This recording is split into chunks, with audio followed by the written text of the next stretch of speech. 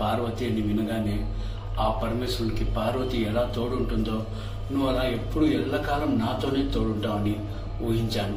కానీ ఇలా అర్థంతరంగా నన్ను వదిలేసి వెళ్ళిపోతావని నేను అనుకోలేదు పార్వతి. నువ్వు వెళ్ళిపోయినా నీవు పంచిపెచ్చిన ఈ ప్రేమ, అనురాగము, ఆప్యాయత, అనురాగము అది మన ప్రేమ, అనురాగము నీ చుట్టూనే తిరుగుతూ ఉంటుంది పార్వతి. నువ్వు వెళ్ళిన తర్వాత నీ కొడుకుని రెడ్డిని నా గుండెల్లో పెట్టి చూసుకున్నాను. ఎంతగా వానికి ప్రేమించానంటే ఈ ప్రపంచంలో ఏ కన్న తండ్రి కూడా వానికి అంతగా ప్రేమించరు అని ఒక ఎగ్జాంపుల్గా నేను కరెక్ట్గా చెప్పగలను. కానీ ఆ ప్రేమను వానికి నేను ఎంతగా పంచానని నీకు నేను ఎలా చెప్పగలను? అట్లీస్ట్ నువ్వు ఉండింటే నేను వానికి నీ కొడుకుని ఎంతగా ప్రేమించానో, నీ కొడుకుని ఎంతగా చూశానో అది కనీసం నీకు అర్థమయ్యేది.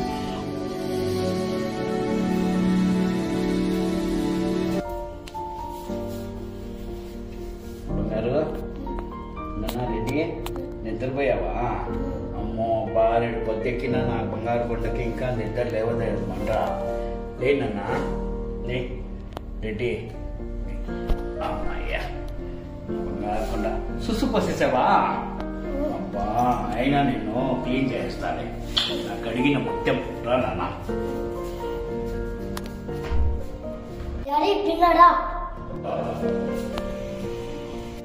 నా బంగారు కొండ బాగా చదువుకోవాలనన్నా.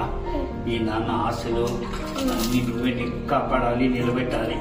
ఈ నాన్నకు నీ మీద చాలా హోప్ ఉంది బంగారు. ఇలా చదివి మీ నాన్న ఎలాగో చదువులేని ముద్దపపోయాడు. ఆ అలా తయారు కాకుండా నువ్వు చదివి పెద్ద డాక్టరో ఇంజనీరో కలెక్టరో కావాలి నా కొడుకు. అది నేను కళ్ళారా చూసి కన్ను మూయాలి, తెలిసిందా? నిలబెడతావా నా ఆశయాల్లో? నన్ను నిలబెడతావా? ఓకే.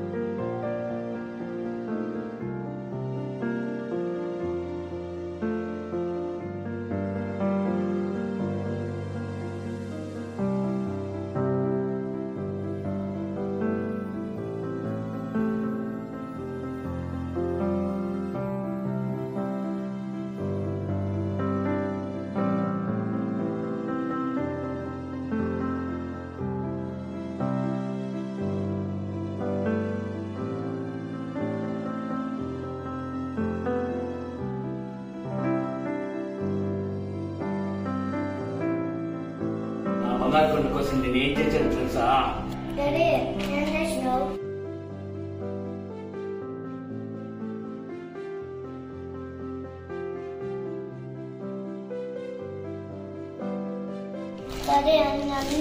అన్ని నా బంగారు కొండ కోసమే.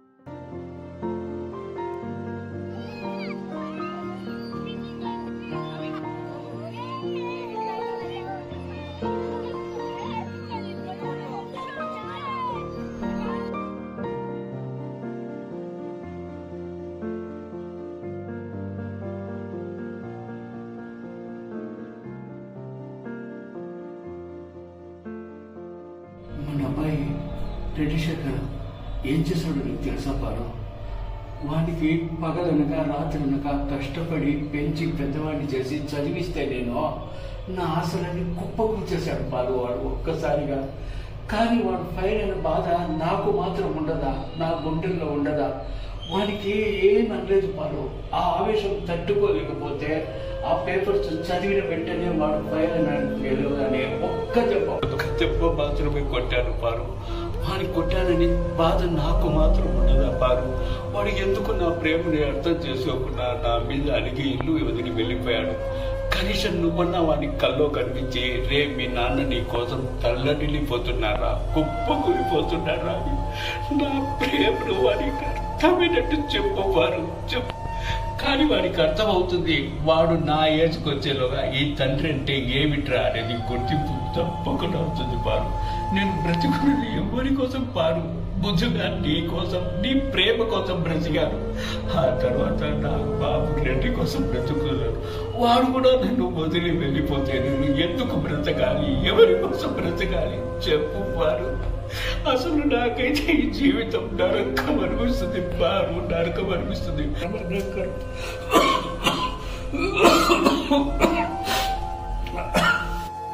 నువ్వు లేని జీవితం నాకు నరకం అనిపిస్తుంది పారు. నేను ఎవరి కోసం బ్రతకాలి పారు? నువ్వు వెళ్తూ వెళ్తూ ఒక తప్పు చేసావు, నీతో పాటు నన్ను తీసుకుని పాడుంది పారు.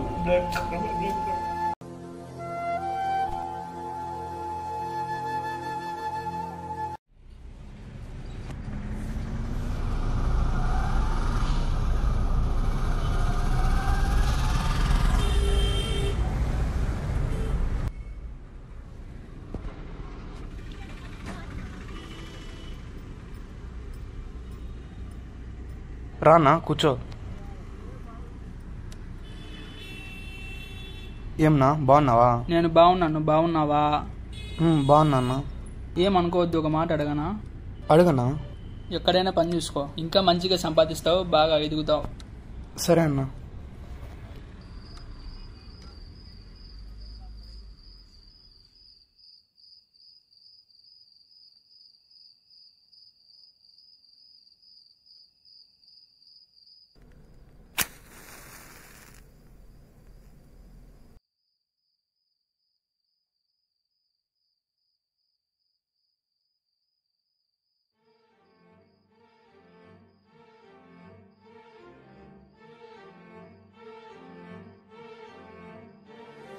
అమ్మా, నువ్వు లేని లోటు నాకు ఏ క్షణం తెలియకుండా నాన్న నన్ను అంత బాగా చూసుకున్నాడమ్మా. కానీ నేనే చదువుకోకుండా ఫ్రెండ్స్తో పాటు తిరుగుతూ ఎంజాయ్ చేస్తూ ఇలా చేసుకున్నానమ్మా. కానీ నేనే చదువుకోకుండా ఎగ్జామ్స్లో ఫెయిల్ అయిపోయాను. మొదటిసారి ఫెయిల్ అయ్యానని నాన్న కొట్టారు.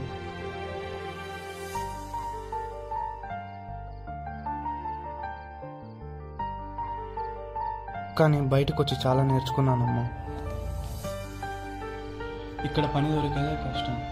దొరికిన పనిలో వచ్చే సంపాదన అస్సలు సరిపోదమ్మా. టైంకి అన్నం కూడా దొరకదమ్మా. ఇప్పుడు ఏం చేయాలో కూడా అర్థం అవ్వట్లేదమ్మా. హెల్ప్ చేసే ఫ్రెండ్స్ కూడా ఎవరూ లేరమ్మా. వాళ్ళతో తిరిగే అన్ని రోజులు తిరిగినా కానీ ఇప్పుడు ఒక్కడూ లేడు. కానీ బయటకు వచ్చి చాలా నేర్చుకున్నానమ్మా. చాలా వరకు తెలుసుకున్నాను. నాన్న ఎంత కష్టపడ్డాడో ఇప్పుడు తెలుస్తుందమ్మా.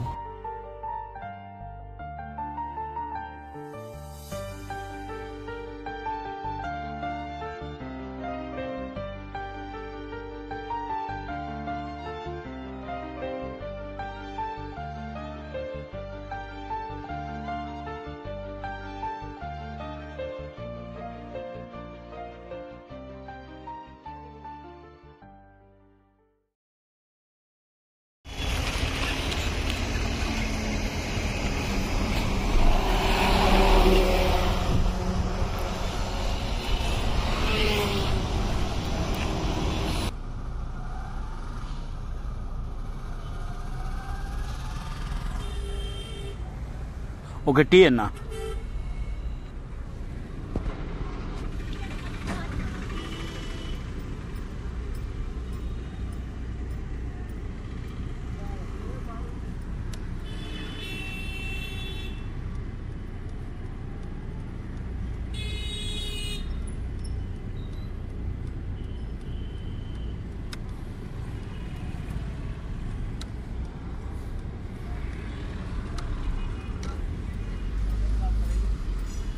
ఇంటి నుంచి పారిపోయిన పిల్లలంతా తీవ్రవాదులుగా మారుతున్నారు, లేదా ఇంటి నుంచి వెళ్లి దొంగలుగా మారి పెద్ద సమస్యలు తెచ్చి పెడుతున్నారు. ఇంటి నుంచి తల్లిదండ్రులతో పోట్లాడుకొని వెళ్లిపోయిన పిల్లలు బయటికి తీవ్రవాదులు అవుతారో, దొంగలు అవుతారో పేరెంట్స్ పట్టించుకోకపోతే ఎందుకు పనికి రాకుండా పోతారు.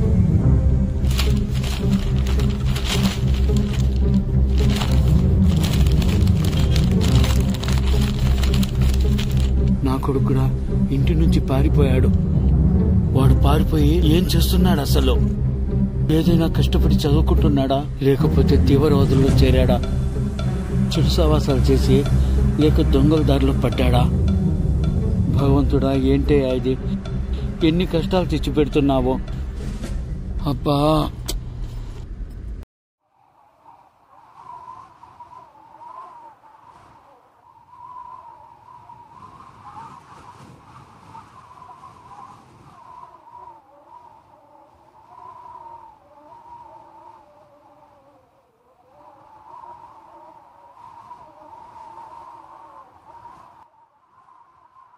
ఏంటి అంకుల్ ఇటు వస్తున్నారు? నా కోసమేనేమో.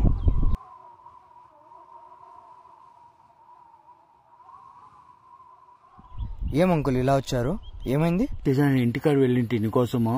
నువ్వు అక్కడ లేవు, ఇక్కడ ఉంటావని ఇక్కడ వచ్చాను. ఏంట్రా తేజ, వాడు రెడ్డిగాడు ఫోన్ చేయడం లేదు, ఫోన్ చేస్తే ఫోన్ ఎత్తడం లేదు. నాకెందుకో భయంగా ఉందిరా, కంగారు పడుతున్నా. మీరు ఫ్రెండ్స్, మీరు అర్థం చేసుకోకపోతే ఎలారా? ఒక్క ఫోన్ అన్నా మాట్లాడచ్చు కదరా వాడు. రండి అంకుల్. నా గుండెల్లో దడగా ఉందిరా. వాడు ఎటెళ్ళాడో, ఏం చేస్తున్నాడో నాకైతే చాలా భయంగా ఉందిరా తేజ. ఇక్కడ కూర్చోండి అంకుల్. అంకుల్, మీరు కొంచెం కూల్గా కూర్చోండి. ఏం జరిగింది? ఏమి నాకు కొంచెం క్లారిటీగా చెప్పండి. నేను కూడా అర్థం చేసుకుంటాను. ఏం చెప్పమంటావు తేజ? ఆ రోజు ఇంటికి వచ్చాడు రెడ్డి. అదే సమయంలో నేను పేపర్ చదువుతున్నాను.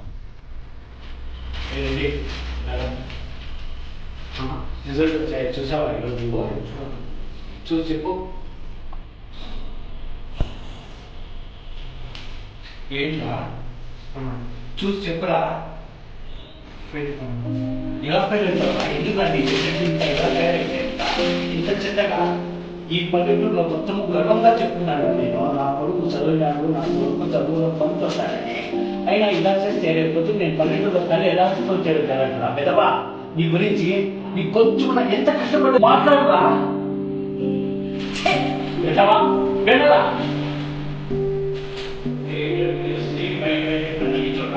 నీకు ఆ తర్వాత తెలుస్తుందిగా బ్రతికంటే. ఈ నాన్న సంపాదన ఉంటే ఈ నాన్న గడ్డ మీద బ్రతకడం పెద్ద గొప్పం చేయగలరా? వెళ్ళరా నీ మగ.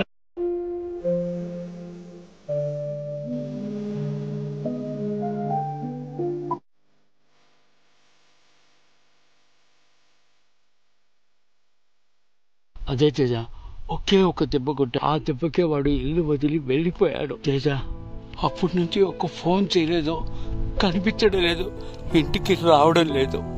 తిండి నిద్ర అన్నీ మానేసి వాని కోసం పిచ్చోళ్ళ తిరుగుతున్నాను. తేజ, ఒక తండ్రిగా ఎలా ఉంటుంది చెప్పు? మీ ఇంట్లో నువ్వు లేకపోతే మీ అమ్మా నాన్న ఎలా బాధపడతారు? ఆ బాధ ఏంటో కన్న వాళ్ళకే తెలుస్తుంది, పిల్లలకు తెలియదు. తేజ, వాడు నీకు ఫోన్ చేస్తుంటాడు. తేజ, ఆ విషయం నాకు దాచొద్దు ప్లీజ్, చెప్పు తేజ. అంకుల్, మీరు నాకు చెప్పేంత వరకు గొడవ జరిగింది, ఇంట్లోనికి వెళ్ళిపోయాడని నాకు తెలియదు. ఆ రోజు రిజల్ట్స్ వచ్చినప్పుడు కూడా నేను మనతో పాటే ఉన్నాను. ఇలా ఎగ్జామ్ రిజల్ట్లో ఫెయిల్ అయ్యానని నాకు చెప్పినాడు, కానీ తర్వాత ఏం జరిగిందో నాకు తెలియదు. నేను మళ్ళీ 2-3 టైమ్స్ కాల్ చేశాను, కానీ కాల్ లిఫ్ట్ చేయాల. నాకు తెలియలేదు అప్పుడు ఎందుకు ఇట్లా జరిగిందని. నాకు ఇప్పుడు అర్థమవుతుంది. మీరేం బాధపడకండి అంకుల్, వాడిని పిలుచుకొస్తాను ఎలాగో అలా. ఎలాగో ఒకలాగా వానికి ఇంటికి తీసుకురా. వానికి ఏం చెప్పుకున్నా నేను పువ్వుల్లో పెట్టి చూసుకుంటా. తేజ, వాడు నాకు ప్రాణం రా. వాడు లేకపోతే నేను ఉండలేను.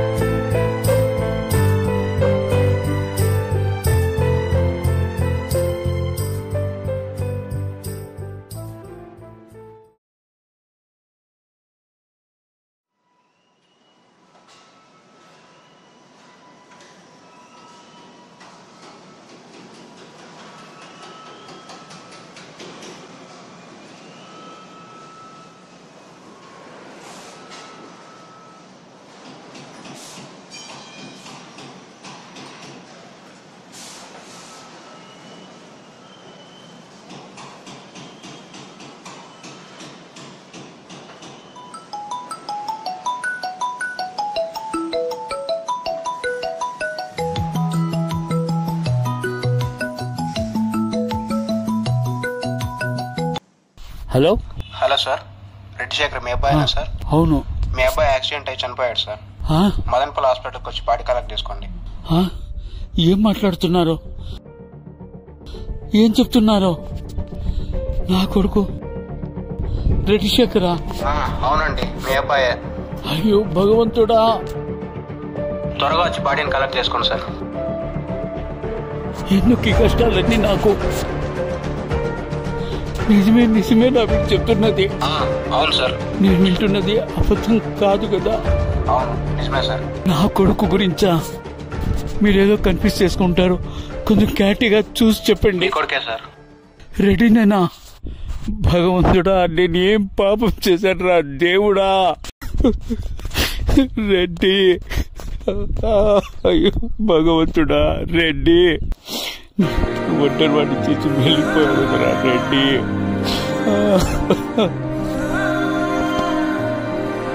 నా చేతులతో నేను నిన్ను చంపుకున్నాను కదరా. ఈ నాన్నను ఒంటరి వాడిని చేసి వెళ్ళిపోతావరా? అయ్యో భగవంతుడా, ఎందుకయ్యా ఇన్ని కష్టాలు తెచ్చిపెట్టావు? నేను ఏం పాపం చేశానయ్యా? అయ్యో దేవుడా, అయ్యో నీ చేతులతో కని పెంచి పెద్దవాడిని చేశాను కదరా. ఆ లోటు కూడా తెలియకుండా నువ్వు వెళ్ళిపోయావా? ఈ చేతులతో పెంచి పెద్దవాడిని చేశాను, ఈ చేతులతోనే గోరుములు తినిపించానే. అయ్యో దేవుడా,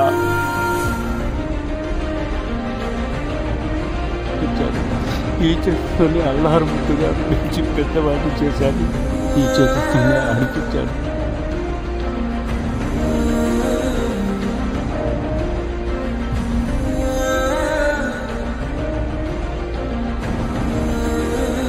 ఎలా పడి చొప్పిందిరా ఇన్న అన్నది వదిలి వెళ్ళిపోవడానికి. అయ్యో భగవంతుడా, ఏంటయ్యా తీరని కష్టాలని నాకే తెచ్చి పెట్టావు. నువ్వు చదివి పెద్ద డాక్టరో ఇంజనీరో కలెక్టరో కావాలి నా కొడుకు. అది నేను కళ్ళారా చూసి కన్ను ముయ్యాలి, తెలిసిందా? నిలబెడతావా నా ఆశయాల్లో? నన్ను నిలబెడతావా? ఇది ఎంతవరకు న్యాయమయ్యా? అయ్యో భగవంతుడా, నేను ఏం చేయరా దేవుడా.